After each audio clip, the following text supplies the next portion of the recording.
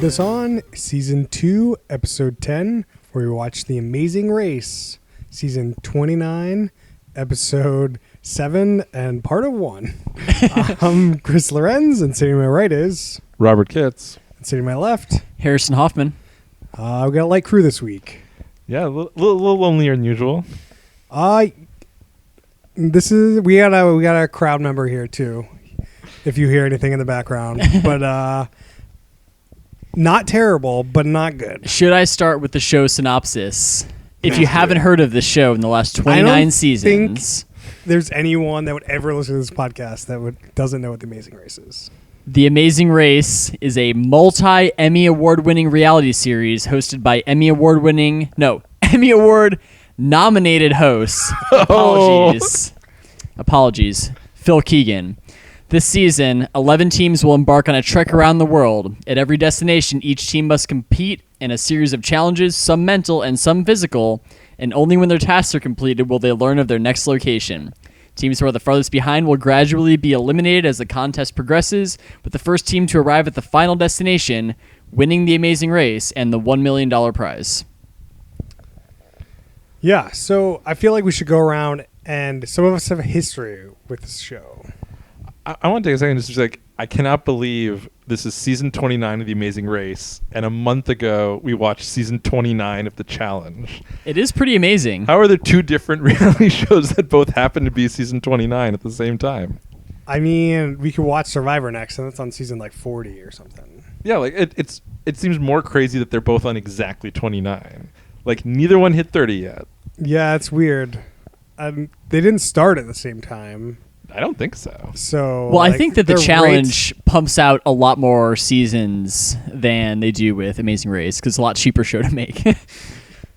Yeah, I mean, Amazing Race, you get the $1 million prize plus getting all these people all over the world. That's got to be expensive. No question. Does The Amazing Race have the highest travel budget of any reality show? Yeah, no question. Maybe. I mean, they probably have deals, and there's like, oh, we flew American Airlines. You get these flights for real cheap. I will definitely say that. So I watched season 28 of The Amazing Race because I was looking to get back into it. And I will say that it feels like after watching that and these two episodes, it feels like The Amazing Race is a lot more on rails than it used to be. I feel like it used to be a lot more of like, you got to get to Moscow. Good luck figuring out how to do that, and you just kind of have to figure out how to work your way and how to go to a travel agent and find the right flights and all this stuff. Like it seemed like they kind of just gave you like a credit card for flights, and everything else is kind of up to you. But now, kind of when you watch it, it seems like things are a lot more set up. There's reservations for vans to take you to places. There's all this kind of stuff. It feels like a lot. Well, let's take it back a second. Okay, I'm just saying. I watched the first season of Amazing Race. Okay, and then that's it. Oh wow! So you have the OG. A 28 season gap here. Yeah. Rob, what's your Amazing Race history here? So I think I came in partway through season 2 and then watched like to season 8 or 9 and then was done with it. Harrison, what's your history here? I don't know which seasons I've watched, but I've kind of watched it on and off throughout the years. Like, mostly dictated by if I happened to catch the first, like the premiere of a season. Okay. Yeah. Yeah. So you watched random seasons throughout the year. I feel like I've watched a reasonable sprinkling throughout the whole series. Okay. Yeah. So on Harrison's point, the first season they definitely were like, hey, here's money. You got like $1,000. Get yourself across the world. And in fact, they used to make a big deal out of at the start of every leg, you get $50 for the leg. And I don't even think they do that. They mentioned it, but it was like $250. Okay. Which seemed to me to be a lot of money for one leg. Given that Though maybe Venice is pretty pricey. Given that all they had to pay for this entire leg was that one water taxi ride, I think. Well, one team got 2 water taxis. Right. 2 water taxis because they messed up. Well, I don't know if they messed up. Oh, I don't know. If everybody else only did one. They borrowed a ride from some people, so maybe they didn't even have to pay for that. That could be. But in OG Amazing Race used to be they'll pay for your flights, but all other expenses are on you. So, in that situation where they show up to that place and they all got on that bus that just took them wherever, or when Phil's giving them a ride to the airport, all that kind of stuff is. Yeah, I mean, there was definitely parts of the show where these 3 teams got these 3 flights, and this other team didn't find out about that flight, didn't get on it, like they were screwed. Oh yeah. I mean, or like I think some of my favorite things that used to happen are it's like, oh, this team figured out some insane way and they're going through, Tokyo and over to where like it's like taking like a totally different route to like some other place in the world. Yeah. This thing's super interesting. That's actually something that made me less interested in the show. Like, really? So I watched a bunch of seasons in a row, and it got more on rails as I was watching it. Yeah. And it also did the thing like, and they did in this episode too, was teams come in a certain week, and they get to leave in the same order they started. And like, if you show up like hours ahead of everyone else, you get to leave hours ahead of everyone else. And then the first thing that happens at the start of every episode is, oh, hey, everyone has to wait around and bunch up again. At the airport or whatever. Yeah. At the airport. So this one, it was like, there's 2 buses, 15 minutes apart. So the episode starts with the teams all within 15 minutes. It's like, no, you had a great leg. You're hours ahead of everyone else. Why do you not get to use that advantage? I feel like in the earlier seasons there were these kind of natural equalizers that would kind of happen. It's just like, oh, they happen to all get bunched up at an airport in Germany because something happened. Yeah, no, like it definitely felt more like they'd get bunched up just because stuff was happening. Instead, it was more like, okay, the first thing we're going to do every episode is bunch everyone up again. They're forcing these equalizers. So this is the problem with a race, right? Because once somebody's super far ahead, then you think it's just boring because they're going to win. You're like, okay, now I'm going to watch second place. I don't know, like. So they have to do it, or you would just be like these, the hashtag the boys would be like in New Zealand at the end, and Team Fun would be back at the beginning. Like it would just be. Hey, Team Fun came in like 3rd, didn't they? I'm Second? just hypothetically. Team Fun's killing it. Second. The teams that we got to that weren't in the episode we actually watched are still at the beginning. Like. So. We watched Team Swole or whatever. But like, I think you do want to have certain points where you bunch them up. But when it's every episode, that's the first thing that happens. It's less interesting. It just makes it easier to produce. I'm sure. Like there should be some episodes where some team was way back and they spend the whole episode trying to get catch up, and they just get eliminated because they never catch up. Like that should happen some of the time. Oh yeah, totally. But I think it is what Chris said. It's kind of production logistics because they can't just have that woman there painting that fucking mask for like 14 hours. You know what I mean? For 3 days. Right. It's just like, oh, they're 3 days behind. Can you hang around and paint that mask some more? Like, she's like, yeah, we made up a new challenge because the other challenge closed. Sorry, but guys. Like that would definitely that definitely happens sometimes where you show up to the challenge and it's like, sorry, the challenge hours are like 9 a.m. to 10 p.m. and you can't do it now, so you got to sleep outside this building all night. Like that definitely used to happen, and I feel like that's not as much the case now. Yeah, there's not like a checklist that they get and then they go.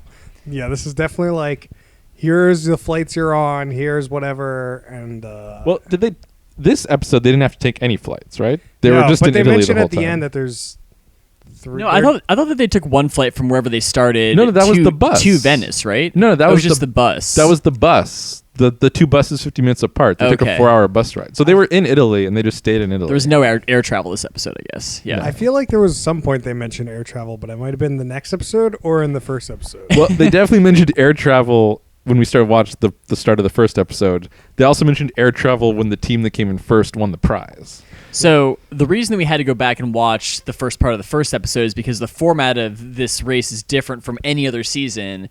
Where usually it's kind of a pair of 2 people that come in with some kind of pre-existing relationship, and now it's just a bunch of individuals who this challenge in the very beginning of the race determined who were going to be partners, basically. Yeah, I feel like there were some questionable picks. And, so let's start with the first episode. So the first episode, I thought it was really great when the nerdy guy picked like the hottest girl available. Still, that was kind of funny. Yeah. Well, so they have to go through the city like 2 blocks south, 2 blocks, 7 blocks some other way, pick a suitcase with a Panama Canal flag on it, and then come back. And then in the order you came back, you got to pick. But if you were first, you could pick second. So it wasn't super like priority that you get back the earliest. I mean, it was, yeah, it's kind of like, do you want a better chance that your fate's going to be in your own hands or that someone else is going to pick you? Yeah, I mean, you don't want to come in last. But when Right. you came in last, or second to last, I guess, you got ride to the airport. So You I got- mean, that's Team Traps coming in last. so big. Oh my gosh. Tell us a little bit about Team Traps. So AKA hashtag Swole Sisters. Swole Sisters. So the Swole Sisters, there's a the first female canine cop from Youngstown. And Where is Youngstown? I don't know where Youngstown is. Chris, can you lay some Youngstown geography on us? No, Okay. We don't know where Youngstown is. absolutely not. And then the other person is an Army drill sergeant. Yeah. And they both just have gigantic shoulder muscles. Insane. It's so nuts. So Youngstown apparently is in Ohio. Okay, Youngstown, Ohio. Okay. Yeah, I mean, and the one girl ran north, and the other girl was pissed because she ran with her north, which was the wrong direction. No good. Not a smart move. So Which is one of the reasons why they came in so far.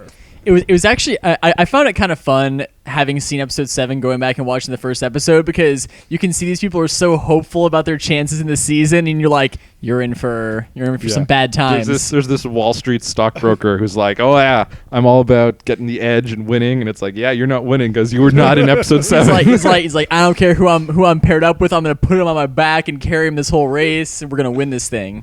And the team that was in first was super like, yeah, we got this. We're first. We're gonna do this. And they Team were Awesome. not in- No, they weren't Team Awesome. What were they? They were Team America. Oh, that's right. Because what was the guy? What was his occupation? I don't remember I don't anymore. know. It was a firefighter. Was the girl She was Oh, yeah, a firefighter. She was the firefighter. That's right. I want. police officer? Oh, another police officer. Okay. I don't There were a remember. bunch. I want to of, say he was like police he was officer, like an army. FBI agent or something insane like that. I don't think they would say that. There was definitely not a FBI agent. I know.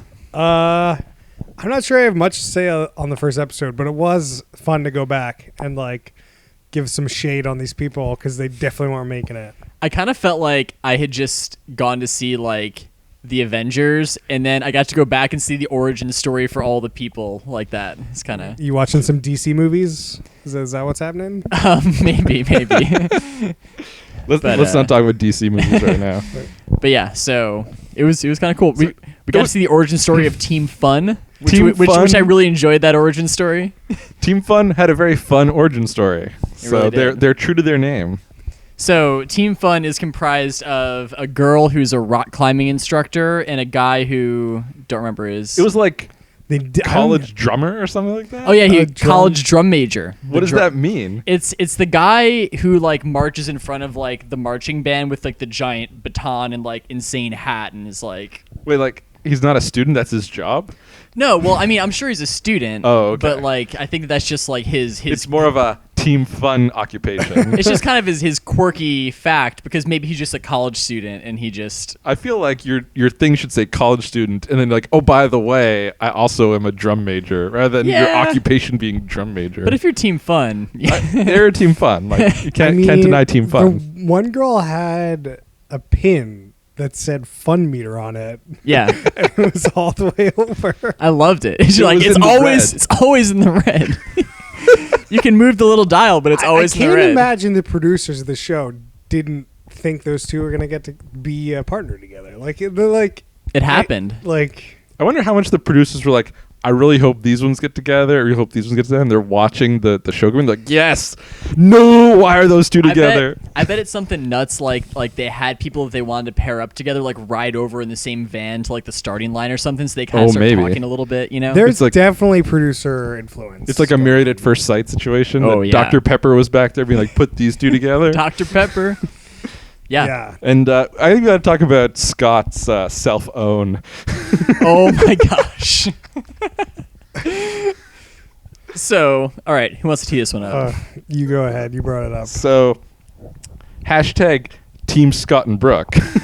Who The most boring team. you can tell that there's nothing interesting about them because of their team hashtag. Yeah. So in episode 7, which we'll talk more about, Brooke was a little high strung, you might say, not quite the best teammate, team companion. And so then we roll back to episode 1. Brooke talks about how, I might come across a little high strung. That's not really true. Well, maybe it is. And then we're like wondering how they got selected, and then Scott was actually ahead of her, and he picked to be with Brooke, and we're just like, oh, Like, man, if only you could see yourself 7 episodes from now, her just berating him like across the streets of Venice. and him just like shaking his head, just like, what did I do to myself? It's rough. It's rough. Although I did love when she came out of that challenge first. I mean, he looked so shocked that his teammate had completed the challenge. Yeah. Scott could not believe Brooke was not dead last by like hours. Oh yeah, for sure. Because the other dynamic is that she seems to be hated amongst the other people too, because she walked into that mask painting challenge and was like, "How do you do this?" And everyone was like, "Fuck you," basically. Like, Basically. Well, it's a race. I mean, come on. yeah. Oh, I mean, I don't blame them, but there were other people helping other people with the mask thing, but no one was helping her. Well, really, it was mostly team fun. Team fun helped a lot. Hey guys, that's how you do it. I'm out of here. Team fun. All right, let's do a general overview of this episode. So this episode, they start out in, where were they? I think they were somewhere else in Italy. Oh, we don't know. They take a van to Venice, and this episode's all in Venice. Mm-hmm. So, I can't describe what happens because I don't remember. So was the So in every episode of The Amazing Race, there's two main parts. There's Yeah. the detour and there's the roadblock. right? Okay. Detour, you get to choose between two things. It sort of seemed. Sometimes it's just super random. Sometimes it's a clear like, well, this is easy if you know how to do it, and this is time consuming but simple. Yeah. This one wasn't quite as obvious. And then the roadblock is they have to pick only one other person does it. The other one just waits for them to do it. Yep. So then the detour this time was carry luggage through the streets of Venice or learn to sing a gondola song. Which both seem like horrible options. Yeah, no, this was definitely one where like both these are terrible. I don't know how you pick which And one to do. it kind of comes down to that classic Amazing Race thing of like, are you just going to do some kind of brute strength endurance kind of task, or are you going to attempt to learn some unique skill that's going to be real hard? Like, Well, if your team, Scott and what's her name? Scott and Brooke. Scott and Brooke, Scott's doing all the work. So He's lugging the cart, he's carrying her backpack. It's just like watching, But and he's doing it wrong too. oh yeah. He's but like, they didn't lug the cart, right? They did the singing, didn't they? no, I don't think so. I No, don't think they so. were dragging that cart But around. weren't they in the Waldo outfit? Oh man, I might be wrong about this one. I'm pretty sure they were in the Waldo outfit. Oh, there was another. I think it was. I A definitely different don't. couple I that definitely was don't bitching. remember them doing the singing though. They were the ones they didn't show that much of the singing. So They had the easy instructor. So I think that the singing thing they have to sing to these tourists apparently on these gondolas, and that like the best thing is I think somebody here said when they saw it first come out, it's like, man, it must suck to be those people who have to sit in the gondola and listen to these people do it all the time.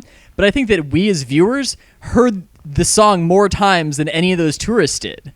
Oh, for sure. Because they probably only heard it like 3 times. You must have heard it like 10 Yeah, it was times. so bad. It was just like they lingered on it so long. It was just like, Yeah. oh, I get it. They're singing it. They sang it wrong. I got it. They're singing it again and again. I'll then watch the other people sing it wrong, and then again, and they sing terribly. And I'm like, just, you gotta stop. Yeah.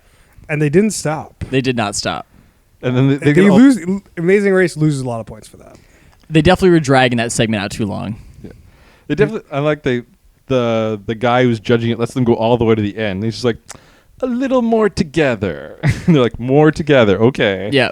I mean, the song probably was only like 90 seconds. Like, it probably wasn't even a freaking long song. They were just like, Yeah.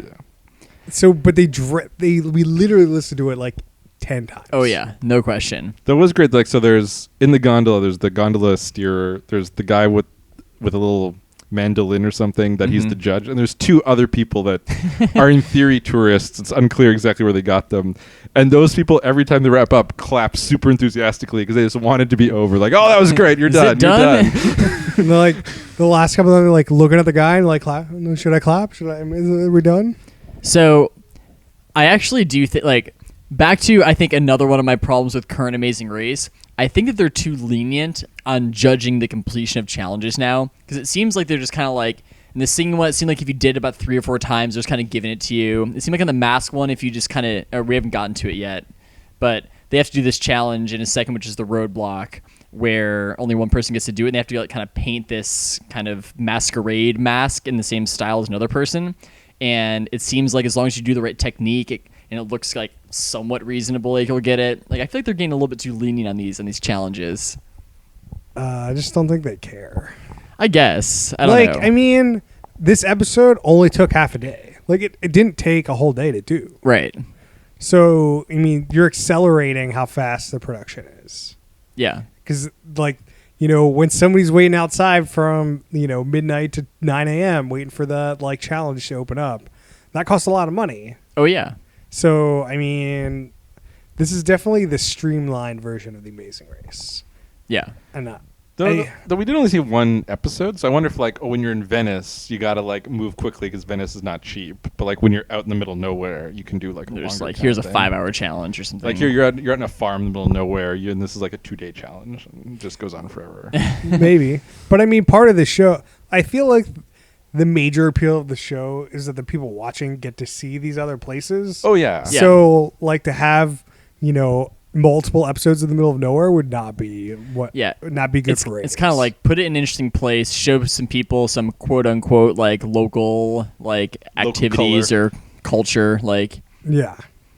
not that people who actually live in Venice probably take gondolas ever, but They probably take those water taxis though. yeah, the water taxis for sure. Yeah.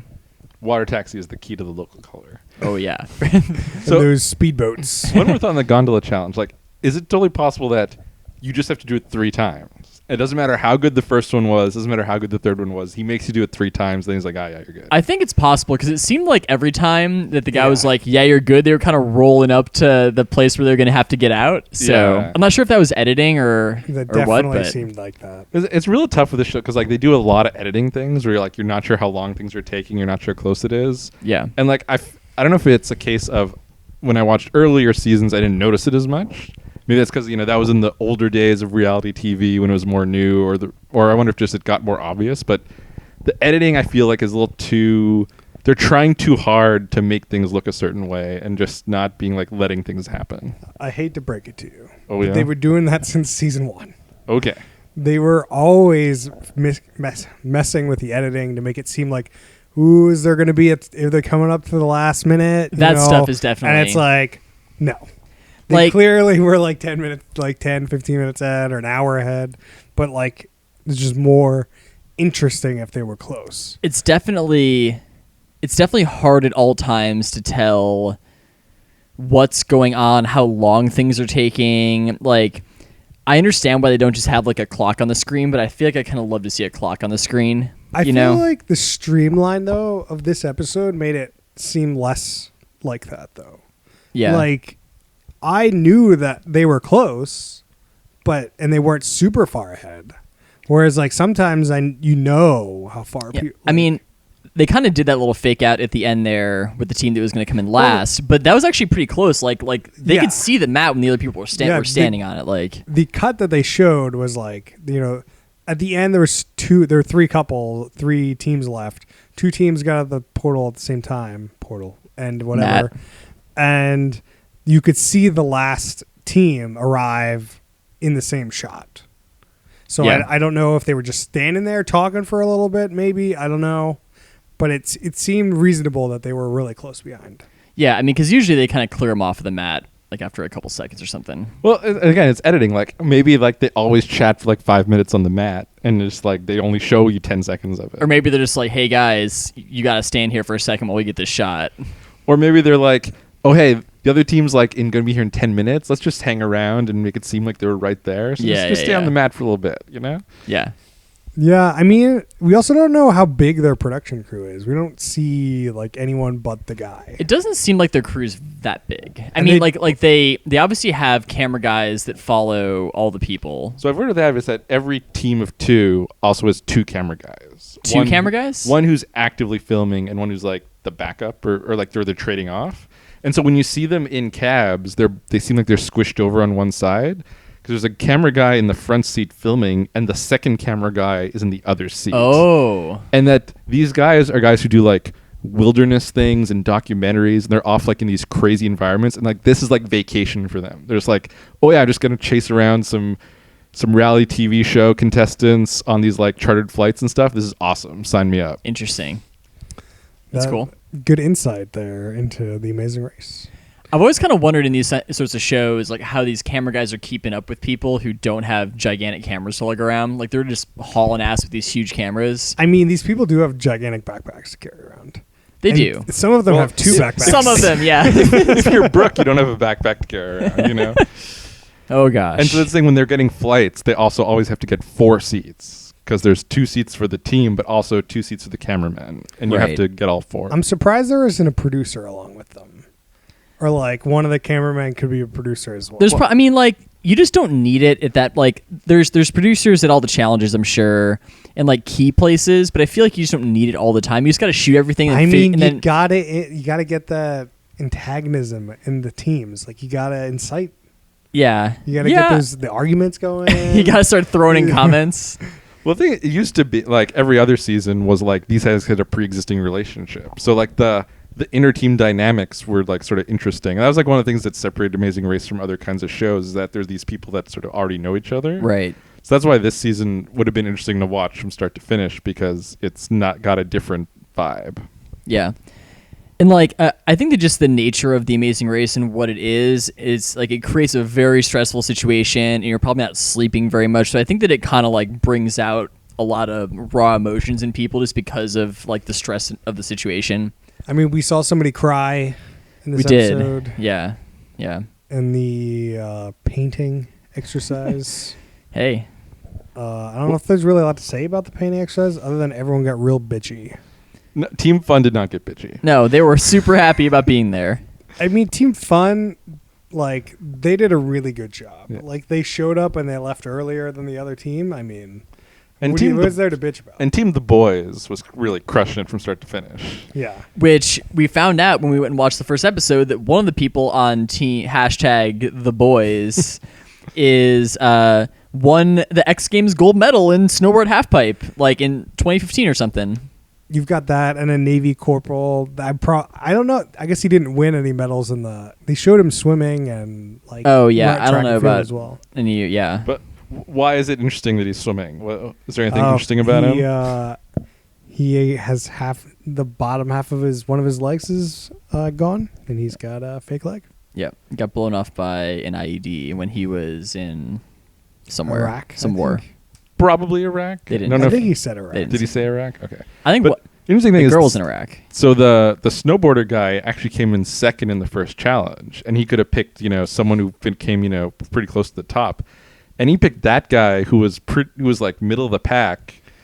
And that looks like that was a pretty solid choice, because Team #TheBoys is just on fire. I wonder if he had like heard of that guy before the show. He's just like, oh shit, it's that sprinting. It's that sprinting guy who didn't murder that person. Do you know what I think it was? I think he saw the fake leg, and I think he was like, that guy has got some. He's got heart. Got some heart, and I'm all in on fake leg. Yeah, There was some profiling going on there. No, I think you're all wrong. Maybe I think producers definitely set this up somehow. Whether is that van conversation, van conversation, or you put earpiece in the ear, or like right before this, you talk to the guys like, hey, you two seem like you'd be good partners, whatever, blah blah blah. Look, she's pretty hot. I don't know, stuff like that. Yep. It certainly seems like some of the pairing, especially Team Fun, seems way too coincidental. I don't know. Maybe you're just like drawn to people that have like a similar vibe to you, and that's like why they got picked. Well, if you put them in the same van. Well, sure, in that van. But maybe it's also like the ones with the good vibes, Brooke and Scott accepted, are the ones that stuck around, and the ones that weren't well matched are gone. It's certainly possible, because I feel like I'm a lot sure. of the A-types picked A-types, and that they probably just didn't get along very well. Team Scott and Brooke. Team America. Maybe. I feel like Brooke is the A-type in this, and Scott's just like... Scott said he was also an A-type in the little description he gave in episode 1, but... Well, he said that he's just not as big of an A-type. He said he was very competitive and top of his class at Harvard. Yeah. That's what he said. I don't remember any I of think we're this. judging Scott in a curve here. I think maybe with a different partner, we'd see Scott in a different light. I think Maybe. yeah. And now we're just like, oh, Scott. It was Scott. What have you got What have Scott you done, with Scott? half of Team Fun there? Which half? Which half? I don't care. If the woman with the funometer was with Scott, would the funometer go out of the red? What if Fun Meter was with Brooke? Funometer's done. Oh yeah, first episode out of there. Oh no. Oof. Okay. I feel like Funometer with Scott, they might be a good team. Like, Funometer's like, Scott, you gotta just, it's fun. Yeah. Scott's like, you pull in the Funometer along. So let's quickly describe the mask challenges for people listening. So all it was is that there are these elaborately painted masks, and you had to pick someone and copy their mask. But the key was there was someone making masks with a certain technique. And it really seemed like if you just tried to copy the mask but not use the technique, she told you it was wrong. Mm-hmm. But if you tried to use the right technique and did your best, she was like, great. Even if it looked like garbage. Like There's definitely some they didn't show us because they look like garbage. They did not show us team funds, and I don't think that was a coincidence. Right. Me either. And I feel like there was one mask that looked really good but didn't have the right technique. Yeah. That was denied. That was the person who came in last. Yeah. Yeah. Who had the really good What was their team first name attempt. again? Mom and Dad? That Team Mom and Dad, No, right? they weren't Team Mom and Dad. Team Mom and Dad did good.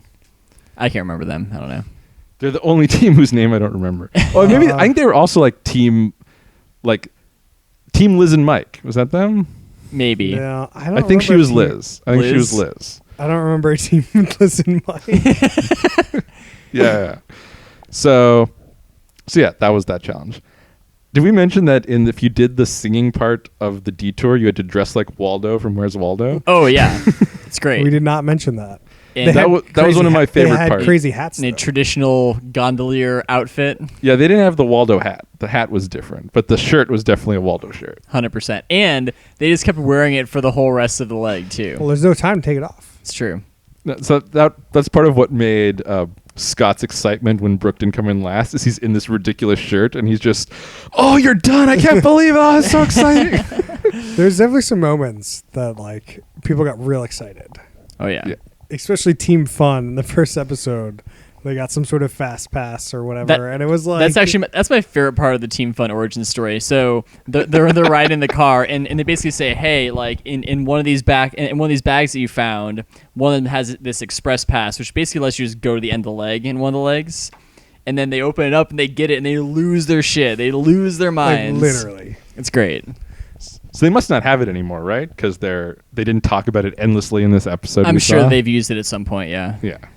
So one thing I noticed in this Amazing Race is a lot of people were collaborating and helping each other, which is definitely not what I saw in season 1. There was definitely a lot of backstabbing and a lot of like, you should probably take this flight, not this flight. So yeah, so in in season 28, there were definitely clear alliances, where like people who would help other people and give tips to other teams that they were like cool with, and then teams that they would not give any information to. Like there were some very clear.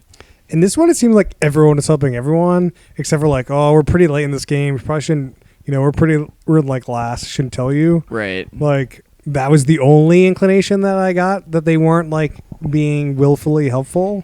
See, I just think this. Sorry, Rob. So I actually just think this game seems a lot friendlier, just because we've been watching a lot of The Challenge, which is a very vicious reality game. Somebody might have had it on when I walked in here earlier.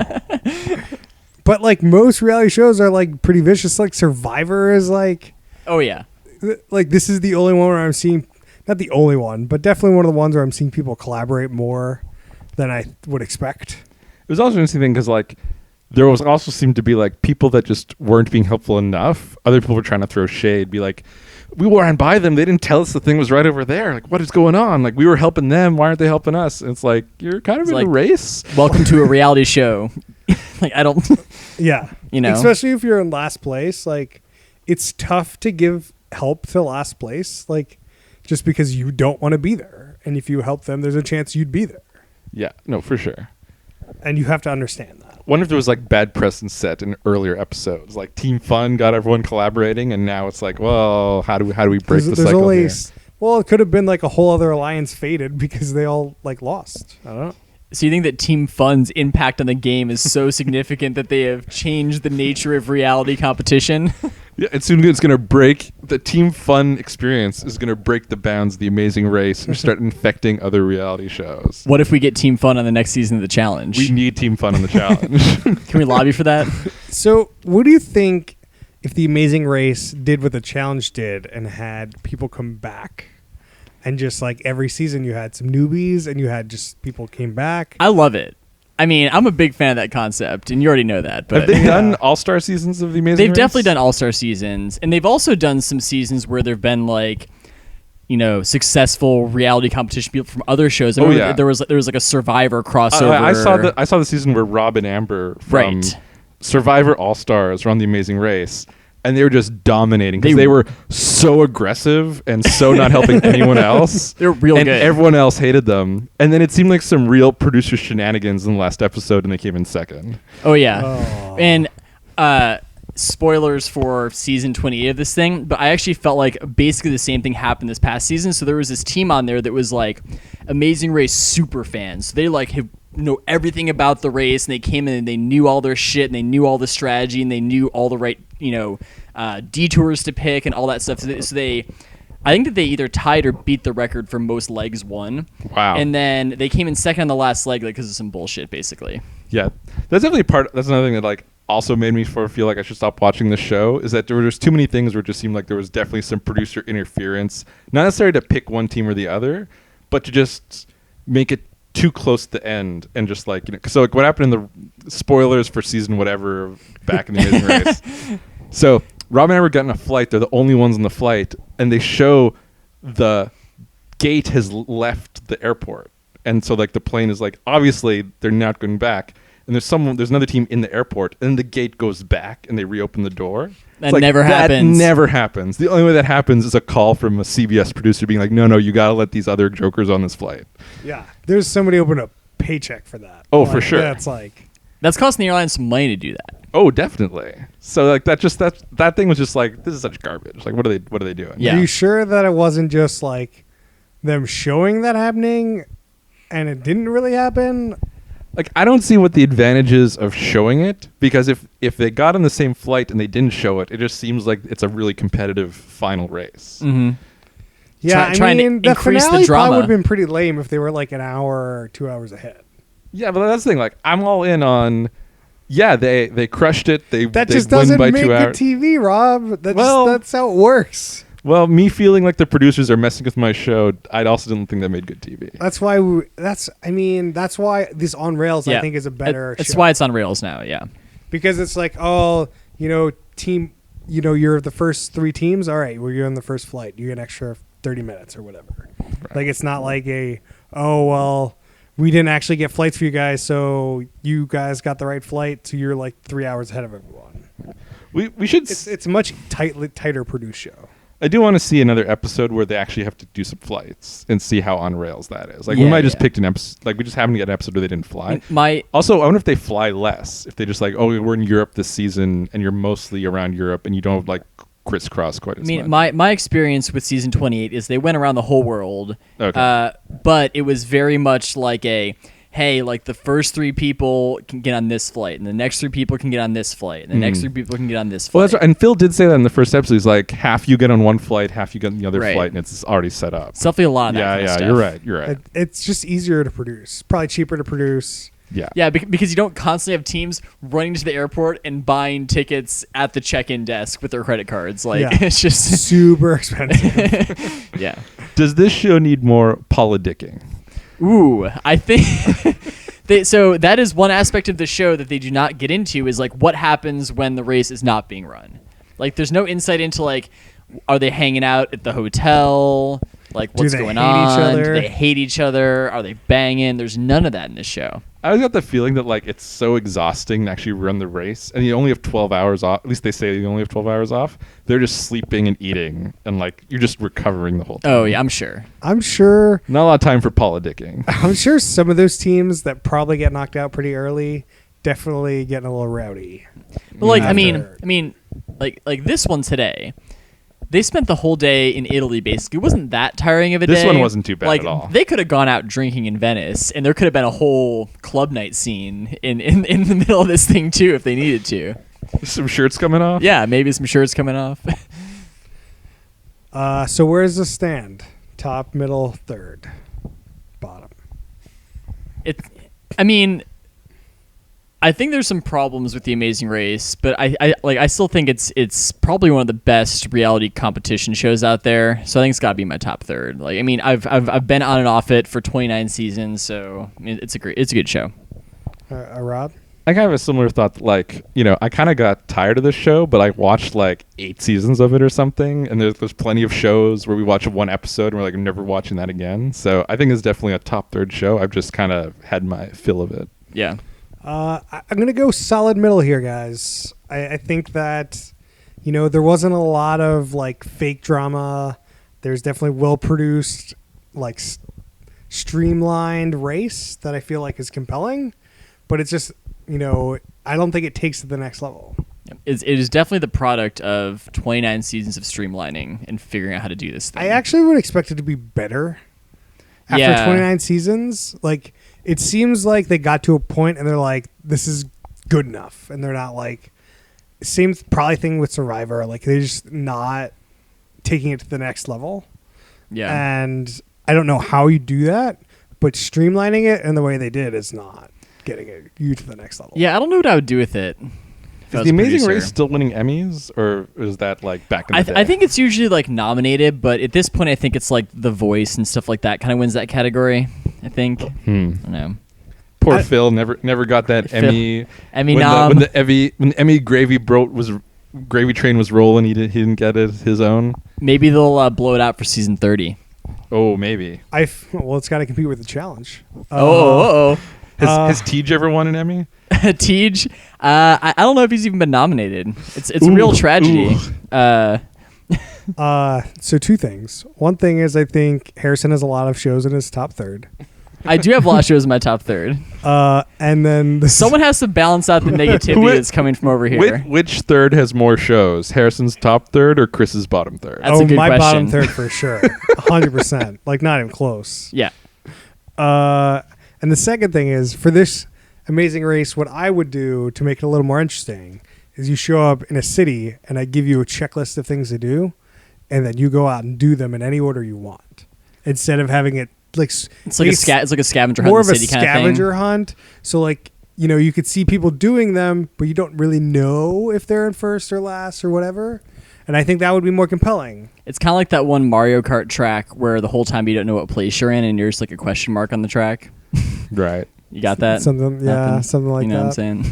I do like the idea that Aaron mentioned earlier of what if it was a version where they did the editing differently and you actually had a clock and you could know exactly where everyone was at all times. But I wonder if that gets back to Chris's point that like it'll be less compelling because you know what's going on. Like, I want this thing to be more sport-like. I want it to be more sport-like, and it's not. Do you think you just get like people from the challenge in here and you just give them ridiculous things to do? So it's like, doesn't really matter if they're in first or second. I would love to see an Amazing Race season with the challenge cast. It'd be insane, total insanity. And the only way you get kicked off is if you don't do the challenge. If you don't do the challenges. Yeah. So like, it doesn't matter if you come in last place, but as long as you do them all, you get to keep going. Like complete it. Yeah. So you just get points per like challenge you like banking money or something. Something like that, but you never get kicked off unless you don't do something. Yeah. So it's like mix of fear factor with the challenge. I think that would be compelling. Yeah, that's pretty good. I remember there was a show like a super long time ago, and I like tried to search for it a little bit and I couldn't really find it like at least kind of viewable. So Road Rules, no. I think it was called Lost, like before actual Lost was a show. And like the basic like premise of it is they transport you to some unknown destination in the world and blindfold you and all this stuff. And then they dropped like all these teams in the middle of like some insane desert with like their passport, and they're just like, get back to the Statue of Liberty, whoever's there first wins, and those are the only rules of the game. Like, it was like some insane show like that, and then they just had to figure out like how to get enough money to like get a fucking plane ticket back to New York and like all that kind of stuff and like where are we even, like what country are we even in. It was really interesting. That sounds pretty neat. Do we gotta pod that show? Yeah, well, I'll see if I can dig up an episode of it. It'll help our SEO. Like we did Lost. Oh yeah. Tune in next week and hear us talk about Lost. Yeah. I mean, also produced by J.J. Abrams. That's the weird thing. Ooh. stealing the name. That's how they got the rights. Yeah. Oh yeah. Just we already got this trademark sitting around. We might as well use it again. All right. Anyone got anything else they want to talk about? We got our new segment. We talked about, right? Oh yeah. Do you not remember this, Chris? No. So now it's Harrison's Challenge Corner. Oh, with man. Harrison Hoffman. So I'm not going to give a big update on it this week, but This comes in that. But we basically had a fake out. Oh. Where we thought that last week was going to be the finale, but they actually just stretched it down to 2 episodes. So I think that the finale is tomorrow. Oh, it could be 3 episodes. But it could be a 3-episode finale. Unclear. Double fake out. Only real headline from the first part of it is that Corey got totally wrecked because there was this like basic math puzzle that him and who he got paired up with couldn't figure out, and they just got like timed out of it, so it took them fucking forever. So were they both out or just Corey? No. So I don't love the way that they're structuring the. Okay. Let me back up a little bit. God damn it. He didn't want to give a Back whole up a little update, bit. Rob. Here we go. He can't help himself. So there are 2 underdog teams left. So two teams of 2 underdogs, guy and a girl, and then 2 champs left, right? And they have this 3-day final now, and on every day of the final, you have a different partner. And what they're gonna do is they're gonna total up everyone's individual time across all 3 legs, and then the guy with the lowest time and the girl with the lowest time are the winners, right? So it's a little bit of like a dice roll which partner you get and what the challenge of the day is. So Corey and I can't remember. Corey and Nicole were paired up. Nicole, the Aisha 3 police officer with the nuts accent. Nuts accent girl. That's all you gotta nuts say. accent girl. So they were paired up, and they got onto this insane, like a not very hard math challenge. And what was the math challenge like? It was basically 21 it was divided by basically 3? something like they had this big triangle that was made up of all these smaller triangles, and then they had to say like how many triangles are in this big one, and they would just count all the little individual ones, but not like the bigger triangles that are made up of smaller triangles. So they just didn't understand how to do the problem basically. So they just were bashing their heads against it for like 2+ hours. Could you just keep guessing all the numbers? Yeah. Oh. I actually don't even remember how this went. Really like 12, do you want our guest to 13, explain this one? 14? Okay. I think we need some guest explanation here. So basically, the producers finally gave them the answer, and they're like, yeah, it's 9 into 7. And then they're both looking at each other thinking, what's 9 into 7? And then they actually told them the final answer, and they're like, tell me how. Show me. Oh yeah, they told me the answer, and they're like, Corey's like, I don't see it. I still only see 9 triangles. So like, he couldn't understand how to do the problem. So, but they both still get to keep advancing in the finals, even though they couldn't figure this puzzle out. They just like their time is way jacked up now, basically. So do you think that they'll tank on purpose some other people that they don't want to win? I don't think so. I don't think that the challenge participates in those kinds of shenanigans. Well, I mean, that does limit your. I mean, if they find out, then you might not be able to come back the next time, which is important. Right. So that was a great explanation. You haven't answered my question. Is Nicole also out? Oh, neither of them are out. Right. Both. But So they're basically both at a huge disadvantage. They're both probably going to come in 3rd place for the guys and girls just because they did so poorly. Okay. Like, I mean, that's what it seems like at least. Yeah, when you Like, can't, I when mean, you can't it- count triangles, I mean, you deserve to come in And last. granted, like I don't know what the rest of the challenge is like, and like it could that amount of time could end up not mattering. Did everyone have to do this math problem? or Everyone had to do it, and no one else had a problem with it. Basically, They were just like 1, 2, 3, 4, 5, 6, 7, 8, 9, 10, 11, 12, 13. yeah, Oh, they we're just good. counted all the triangles. And like, all right, we're good to go. Yeah. Oh, at some point there is a sign that was right next to this triangle puzzle with the instructions like written on it, and they're like, maybe we have to count all the triangles in these letters. They start counting all the triangles, like, you know, in like the A on the thing, and like just all these triangles in the letters. They're like, is it 30? And they're like, no. It's just like, it was great. Man. So since it was like a fake out, like, did you feel like it was being drawn out too much and was kind of a mediocre episode, or was it just like great episode, cliffhanger, I can't wait for next week? I mean, it's really hard for me to be angry anytime that because like anytime your true love is on TV. Well, anytime I mean that's one, but two, just because they've set a precedent that they don't give a fuck about when the episode ends. It might end like in the middle of an elimination challenge. It might end during some insane fight in the house. It might like they have no real like structure to the episodes, like any real structure. So it didn't feel weird. So I'm happy to get another episode out of it. I guess I don't know. All right. That's it for Harrison's Challenge Corner. There's only maybe one more episode of Harrison's Challenge Corner. He'll just start talking about random other seasons he starts watching. Oh yeah, no, it'll be great. We do Which have. I came in today. We do have the Champs versus Pros, hosted by Victor Cruz, coming up in a couple weeks. Pretty sure Victor Cruz is going to be in that show just as much as LeBron James was in Cleveland Hustle. Do you want to place a $1 bet on that?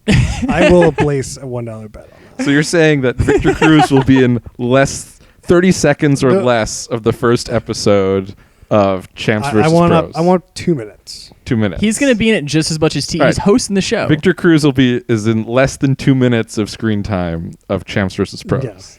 All right, let's do it. I mean, I think you guys should bet a shot on it. I think that's got to be the standard bet for these, and then you have to do it on air when we find out. That's the only way. Well, we're doing $1. You Oh, can't $1. Changing the bet here. I don't want to ruin Chris's diet with like an unwanted shot. I mean, if you have a sugar-free shot here, sure. We can make that happen. All right. Are we doing a shot and $1 or just the shot? I'm not giving you $1 for doing a shot. All right, one shot on the podcast. When there's a good chance it's not just gonna be Harrison's Challenge Corner. We'll actually just do a whole episode. We might of do the show. first one, and then I can keep it in the corner for the rest of the season. That's right. All right. All right. I think we're done here, guys. Anyone else watch anything? So We're 8 minutes shy of an hour here. Oh, man. What are you doing to me? I'll just real quick. I am caught up on Stranger Things. Real topical thing. Everyone's talking about it. Man. So I'm ready for season 2. We ready to podcast about that? Oh yeah. Talk about the I have upside no down. idea. I don't remember anything that happened in that show. Guess what? There's an upside down. Spoiler alert. What about Barb, though? Oh, Barb. Rough. Yeah, I don't think I've really been watching too much. Did you see Guardians of the Galaxy 2? I did see that. What's your review? Fun movie. I liked it. Not like a literary classic. What? Not a film classic, but it was good. It felt like a sequel to Guardians of the Galaxy. Like, I think that it's probably not as good as the first one, but still kept the same tone. It was pretty good. I feel like Drax was my favorite character. He's Drax- so good. I feel like they Crushed it. really amped up Drax in this one, and that was the one big thing that really paid off. Like, Yeah, no, for sure. Drax was the MVP of Guardians 2. Not really a huge fan of our Chinese entrant into Guardians of the Galaxy. I feel like, Mantis. yeah, for the Chinese market, I don't. We need to have like a term for those people now. So is that the reason that she's in? Bringing that Chinese every market? time. Like, Yeah. every movie nowadays. That one Hey. didn't seem egregious. They seem like It's they had not. other No, it's reasons. not egregious. But I'm just like, It's not as blatant as Independence Day 2. Here's the thing. it's true. I can't really hate too much because we might have done a Chinese show on Who Put This On recently to bring in that Chinese market. Oh, it's true. We got some Chinese market in there. Hey, China. But we need more Chinese shows to do. Oh, yeah. do Send we need us to- your Do we have to go to other countries? You know, Ooh. No, I think we're gonna go big in China. I don't know. Maybe we get some Russian audience. We get some, Swedish audience. I know there's a fake reality show with a Russian connection that Harrison would love to podcast. Oh. We don't do fake reality shows. Oh. Maybe we should get some Indian reality shows. Oh yeah. Hit that other 3 billion. Yeah, I wonder if anyone we know might have some tips on Indian reality shows. We're going global with this thing, guys. Global. All right, Harrison, you got any plugs? You can follow me on Twitter at Harrison Hoffman. Rob, got any plugs? Stranger Things, good show. Hell of a show. Hell of a show. You can follow me on Twitter at the Chris Lorenz. You can follow us on Twitter at Who Put This On. You can find us on Facebook.com/Who Put This On. You can email us questions and recommendations to whoputthison@gmail.com. See you guys next time. See ya.